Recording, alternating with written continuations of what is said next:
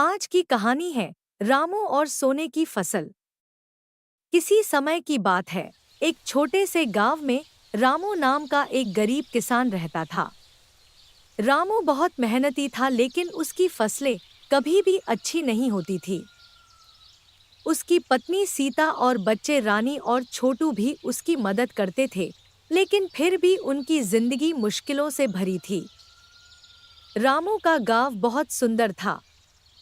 चारों ओर हरियाली और फूलों से भरे खेत थे, लेकिन रामू का खेत हमेशा सूखा और बंजर रहता था। रामू अपने दोस्तों से कहता, कभी तो मेरे खेत में भी अच्छी फसल होगी।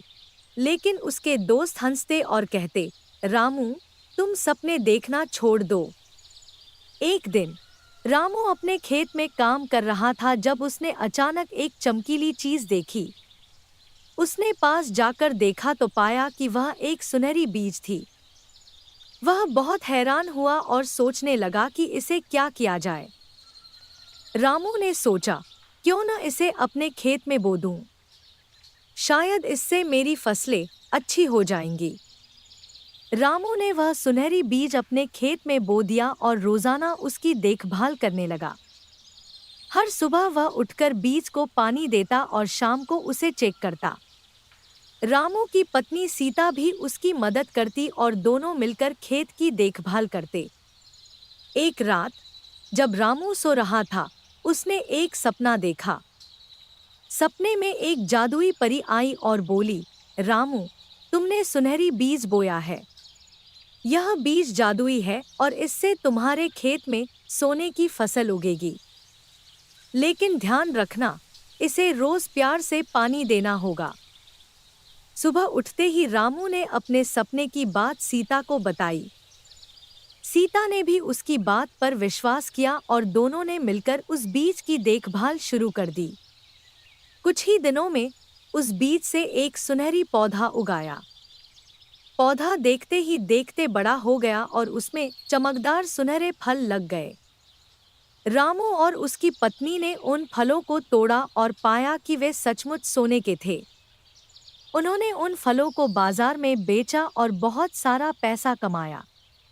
अब रामू और उसका परिवार अमीर हो गया।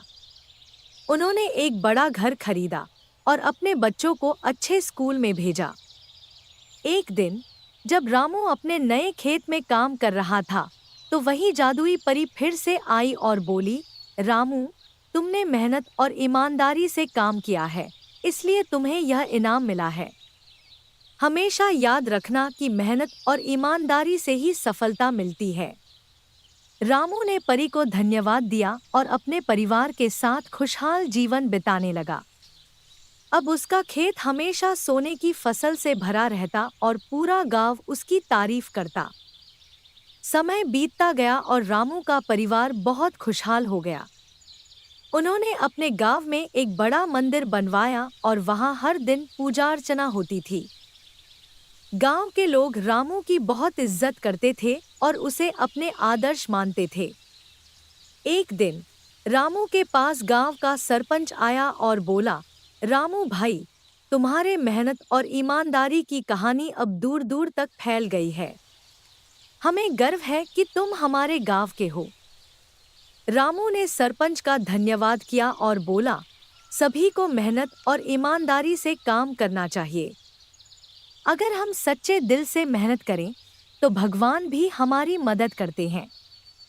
रामू की यह बात पूरे गांव में फैल गई और लोग उसकी बातें सुनकर बहुत प्रभावित हुए।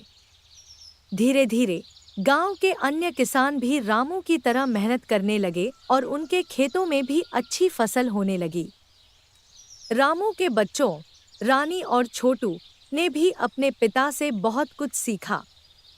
वे दोनों अच्छे से पढ़ाई करते और अपने पिता की मदद भी करते।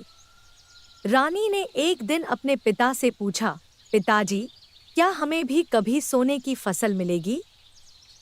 रामू ने मुस्कुराते हुए कहा, बेटा, सोने की फसल से ज्यादा महत्वपूर्ण है मेहनत और ईमानदारी। अगर तुम मेहनत करोगे और ईमानदारी से काम करोगे तो तुम्हें भी जीवन में सफलता जरूर मिलेगी। रानी और छोटू ने अपने पिता की बात समझी और मेहनत करने का संकल्प लिया।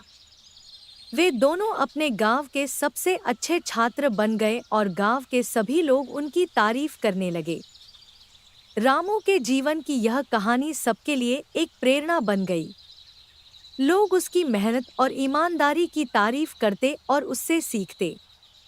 रामू का खेत अब सोने की फसल से भर गया था, लेकिन उसकी सच्ची खुशी उसके परिवार और गांव के लोगों की खुशहाली में थी।